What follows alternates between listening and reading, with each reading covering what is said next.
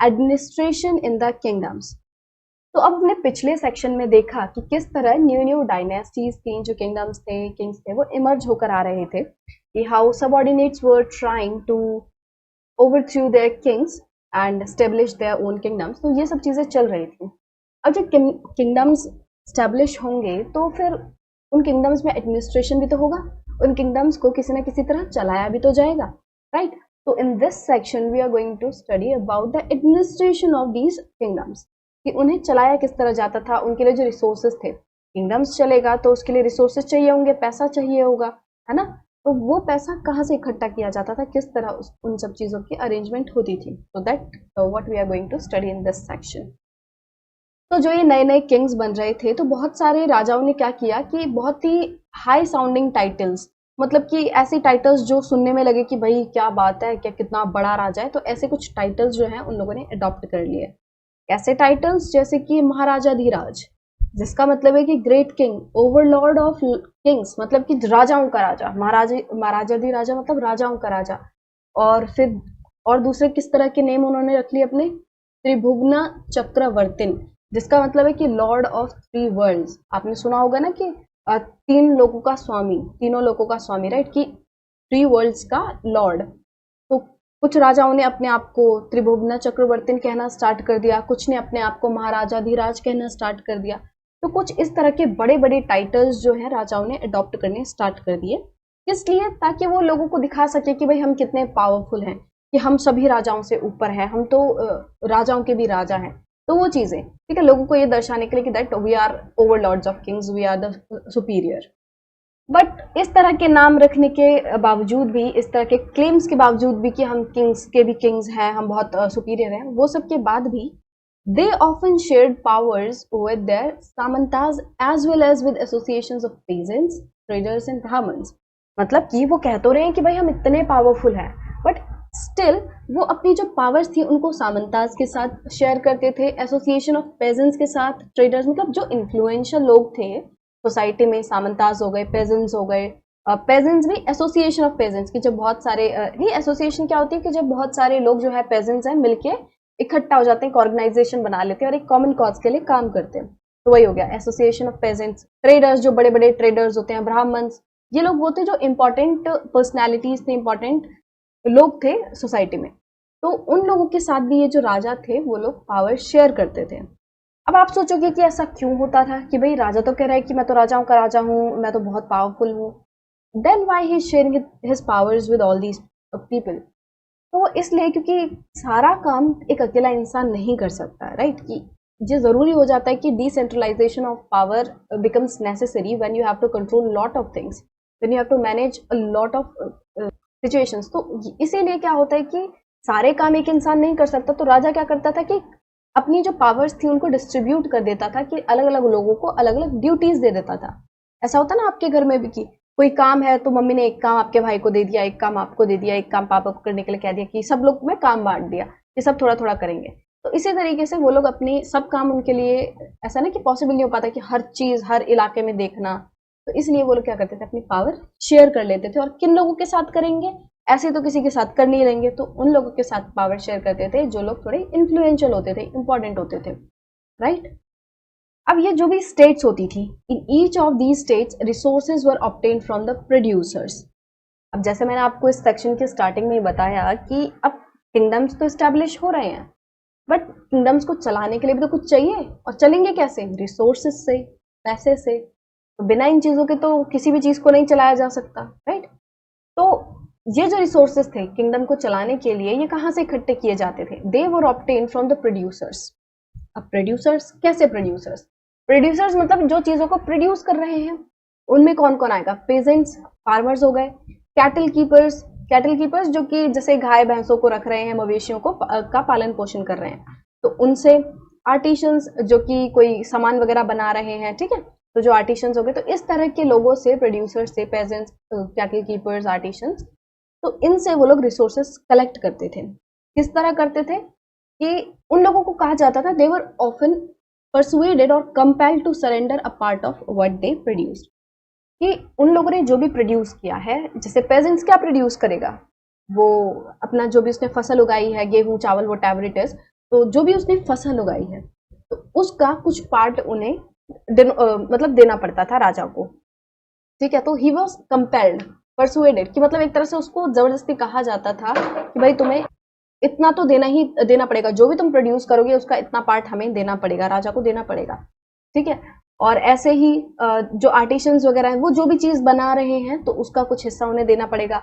और cattle keepers जो भी गाय भैंस का जो भी दूध वगैरह बन रहा है, मक्खन छाछ जो भी वो लोग बना रहे हैं तो उसका कुछ पार्ट उन्हें देना पड़ता था राजा को। And sometimes these were claimed as rent due to a lord who asserted that he own the land. और कभी कभी क्या होता था कि जैसे हमेशा ऐसा होता था कि मतलब जो पेजेंट्स वगैरह हैं, हमेशा ऐसा नहीं होता था कि हर एक किसी के पास अपनी लैंड हो। बहुत सारे ऐसे लोग होते थे कि जिनके पास खुद की लैंड नहीं है but still they are working on someone else's land. तो उनके पास खुद की नहीं है तो किसी और से रेंट पे ले रहे हैं कि हम आपके खेत में काम करेंगे और जो भी होगा हम आपको रेंट दे देंगे। तो कुछ इस तरीके से रेंट के तौर पर भी उनसे रिसोर्सेस कलेक्ट किए जाते थे कि तुम्हें लैंड का रेवेन्यू देना है, रेंट देना है। तो उस तरीके से रेवेन्यू कलेक्ट किए जाते थे। बाकी ट्रेडर्स से भी रेवेन्यू कलेक्ट किया जाता था। ट्रेडर्स से कैसे कि जैसे ट्रेडर्स क्या करेंगे, वो सामान खरीदेंगे बेचेंगे, है ना। तो उस तरीके से तो जो भी वो खरीद बेच कर रहे हैं उस पर भी वो लोग टैक्सेस लगा दिया करते थे कि अगर आपने ये चीज बेची है तो हमें इतना पैसा चाहिए, है ना। जो कि आज भी चलता है कि आज भी गुड्स एंड सर्विसेज टैक्स चल रहा है। Lot of taxes are still here. आज के टाइम में भी हम यूज करते हैं उन टैक्सेस को। बहुत सारी टैक्सेस जो है वो खत्म हो चुके हैं जो पुराने टाइम पे यूज किए जाते थे, पर ऐसा नहीं है कि टैक्स खत्म हो गया है, तो टैक्स आज भी है, ठीक है। तो आप इससे रियल टाइम से कनेक्ट कर सकते हो आज की सिचुएशन से। तो ट्रेडर्स से भी रेवेन्यू कलेक्ट किया जाता था इन फॉर्म्स ऑफ टैक्स। तो आप कंफ्यूज नहीं हो ना कि ये क्यों कर रहे हैं, किस तरह कलेक्ट कर रहे हैं। तो आज आप प्रेजेंट के साथ इस चीज को रिलेट करो कि जैसे आपके पेरेंट्स वगैरह क्या है, टैक्स भरते हैं, ठीक है। अब वो टैक्स जाता कहाँ है, गवर्नमेंट के पास, राइट। अब गवर्नमेंट उस टैक्स का करती क्या है, गवर्नमेंट उस टैक्स को हमारे लिए ही यूज करती है। We are paying tax to the government, we are paying money to the government so that it can provide us various facilities। जो गवर्नमेंट हॉस्पिटल्स, रोड्स, इंफ्रास्ट्रक्चर जो भी बन रहा है वो गवर्नमेंट बनवा रही है, बट गवर्नमेंट बनवा किससे रही है, टैक्स के पैसों से। और वैसे तो और भी ज्यादा तरीके होते हैं जो गवर्नमेंट रेवेन्यू कलेक्ट करती है, बट मेन जो सोर्स है वो टैक्स है। तो इसी तरह जो ये राजा महाराजा होते थे ये लोग भी अपनी जनता से, प्रजा से टैक्स कलेक्ट करते थे, ठीक है। अब चाहे वो इन काइंड हो, इन काइंड मतलब कि पैसे की फॉर्म में नहीं है बट किसी वस्तु की फॉर्म में है, किसी चीज की फॉर्म में है कि जो भी वो लोग प्रोड्यूस कर रहे हैं वो हमें दे दो। तो वही तरीका है कि sometime it was in cash and sometime it was in kind, कि कुछ टैक्सेस जो थे वो काइंड की फॉर्म में थे, सामान की फॉर्म में, और कुछ कैश की फॉर्म में। ना 400 टैक्सेस। तो एक इंस्क्रिप्शन मिली है छोलास के टाइम की। छोलास जो थे वो तमिलनाडु में रूल करते थे, मतलब तमिलनाडु वाला जो इलाका है वहां पे छोलास डायनेस्टी का पूरा एस्टेब्लिशमेंट था। तो उनके एक इंस्क्रिप्शन में 400 से भी ज्यादा टैक्सेस का जिक्र किया हुआ है, ठीक है। और उसमें से सबसे ज्यादा जो टैक्स यूज हुआ है, मतलब कि सबसे ज्यादा बार जिस टैक्स का जिक्र किया हुआ है वो है वेत्ती। अब वेत्ती क्या है, वो ऐसा टैक्स है that is taken not in cash but in the form of forced labour. मतलब कि कैश में भी नहीं, किस फॉर्म में, कि उनसे ये नहीं कह रहे कि आप कोई सामान दे दो हमें ना, वो उनसे ले रहे हैं फोर्स्ड लेबर। मतलब कि आपको राजा के लिए इतना दिन मतलब काम करना पड़ेगा। फॉर एग्जाम्पल राजा मान लो कोई रोड वगैरह बनवा रहा है या अपना महल बनवा रहा है, तो वो कहेगा कि टैक्स कैसे पे करना है, कि सब लोग एक एक महीना आके मेरे यहाँ पे काम करेंगे। तो फोर्स्ड लेबर हो गया, जैसे कि नाम से पता चल रहा है जबरदस्ती का लेबर करवा रहे हैं उनसे कि आपको टैक्स देना है in the form of labour. तो this can be asked in your exams कि वेत्ती क्या है। तो वो ऐसा टैक्स है जो कि कैश की फॉर्म में नहीं लिया जाता बट फोर्स्ड लेबर की फॉर्म में लिया जाता है। और एक दूसरे तरह का जो टैक्स है जिसका बहुत ज्यादा जिक्र किया हुआ है इस इंस्क्रिप्शन में वो है कदामई। कदामई क्या है, लैंड रेवेन्यू, कि आपके लैंड पे जो भी आप लैंड पे खेती बाड़ी कर रहे हो, जो भी आपके लैंड अंडर में है, तो उस पर आपको टैक्स देना है, ठीक है। तो वो क्या, लैंड रेवेन्यू के फॉर्म में। और इसके अलावा बड़े अजीब अजीब से टैक्सेस भी लिए जाते थे, जैसे कि there were taxes on thatching the house. Thatching the house मतलब कि जैसे पहले टाइम पे जैसे ब्रिक्स वगैरह के घर तो बनते नहीं थे, कच्चे घर बनते थे। तो जैसे आपने देखा होगा ये हट वगैरह बन रही है तो इसके ऊपर एक झाड़ी से, मतलब जो घास फूस टाइप से वो डाली जाती है, छत डाली जाती है, ठीक है। तो ये जो थैचिंग हो गया, मतलब झोपड़ी के ऊपर जो छत डालते हैं, तो उस पे भी टैक्स था। अब घर बनेगा, घर के ऊपर छत तो डलेगी डलेगी, बेसिकली घर बनाने पर भी टैक्स था। और अगर पाम ट्री पे चढ़ रहे हो लैडर से तो उस पर भी टैक्स था, the use of ladder to climb the palm trees, तो उस पर टैक्स था। और उसके बाद फैमिली प्रॉपर्टी पे जो सक्सेशन होता था फैमिली प्रॉपर्टी का सक्सेशन मतलब कि जब प्रॉपर्टी जो है एक पर्सन से दूसरे पर्सन पे जा रही है, जैसे कि कोई फादर अपने बेटे को अपनी प्रॉपर्टी ट्रांसफर कर रहा है, ठीक है, तो सक्सेशन टू फैमिली प्रॉपर्टी। तो जब इस तरह का ट्रांसफर हो रहा है तो उस पर भी सेस था। सेस क्या होता है? सेस होता है टैक्स ऑन टैक्स, कि जब मान लो 100% है, आपके पास 100 रुपए की इनकम है, राइट, तो इस पे बोला गया कि 20% टैक्स है, तो 20% टैक्स इसका कितना बनेगा कि ₹20। अब आपसे बोल रहा है कि जो ₹20 का टैक्स है ना, इस पे भी 10% टैक्स चाहिए, तो वो चीज हो गया सेस, कि जब आपको टैक्स पे भी टैक्स देना पड़े, तो दैट इज सेस। तो जब फैमिली प्रॉपर्टी का सक्सेशन होता था तो उस पर भी एक सेस लगता था। तो कुछ इस तरह के टैक्सेस थे, ये आपको मतलब थोड़े मेन मेन जो टैक्सेस थे, वेत्ती हो गया, कदामई, और ये कुछ इस तरह के टैक्सेस बताए गए हैं। बट इसके अलावा उस इंस्क्रिप्शन में 400 तरह के डिफरेंट डिफरेंट टैक्सेस का जिक्र था। तो इस तरह वो लोग अलग अलग रिसोर्सेज से, मतलब अलग अलग तरीकों से टैक्स लगा लगा के अपने रिसोर्सेज कलेक्ट करते थे, पैसा इकट्ठा करते थे किंगडम के लिए। Now these resources were used to finance the king's establishment. अब क्या होता था कि इस पैसे को इकट्ठा तो कर रहे हैं, बट क्यों कर रहे हैं? किंगडम चलाने के लिए, ठीक है। तो किंगडम चलाने में क्या होता था कि जो किंग की एस्टेब्लिशमेंट है, कि जो भी किंग्स के खर्चे हैं अपने, ठीक है, उनको उनके लिए इन पैसों को यूज किया जाता था। जो किंग का महल है उसको, उसकी मेंटेनेंस, किंग की आर्मी का मेंटेनेंस, किंग के खाने पीने का, है ना। तो इन सब चीजों की जो किंग की एस्टेब्लिशमेंट थी, जो किंग के ऊपर पूरा खर्च होता था। उसके बाद कंस्ट्रक्शन ऑफ टेम्पल्स, जो मंदिर वगैरह बनते थे, फोर्ट्स बनाने के लिए, जो बड़े बड़े महल वगैरह होते थे, टेम्पल्स होते थे, उनमें बनाने के लिए इन पैसों को यूज किया जाता था। उसके बाद इन पैसों को लड़ाई लड़ने के लिए भी यूज किया जाता था। एक तरह से किंगडम में बेसिकली जो भी काम राजा करवा रहा है उसके लिए इन पैसों को इकट्ठा किया जाता था, वो पैसे वहां पे यूज होते थे। तो राजा लड़ाई लड़ता है तो ऑब्वियसली ये जो पैसा होता था, ये जो रिसोर्सेस कलेक्ट किए, उनको लड़ाई लड़ने के लिए यूज किया जाता था। अब लड़ाई भी क्यों लड़ी जाती थी? अब कहीं पे लड़ाई करोगे जाके, तो पहले क्या होता था कि भाई लड़ाई इस जगह पे लड़नी है और इसको अपने कब्जे में लेना है, ठीक है। तो किसी एरिया के लिए लड़ाई हो रही है, उस जो राजा है वो क्या चाहता है कि जल्दी से लड़के मैं इस एरिया को अपने अंडर ले लूं। अब एरिया को अंडर लेने में होगा क्या? जो भी उस एरिया के जो भी रिसोर्सेज हैं, पैसा है, लोग हैं, जमीन है, सब उस राजा के अंडर आ जाएगी। तो these fights were in turn expected to lead to the acquisition of wealth, कि जैसे ये लड़ाई लड़ेंगे, तो क्यों लड़ते थे? ताकि ये और वेल्थ इकट्ठी कर पाए।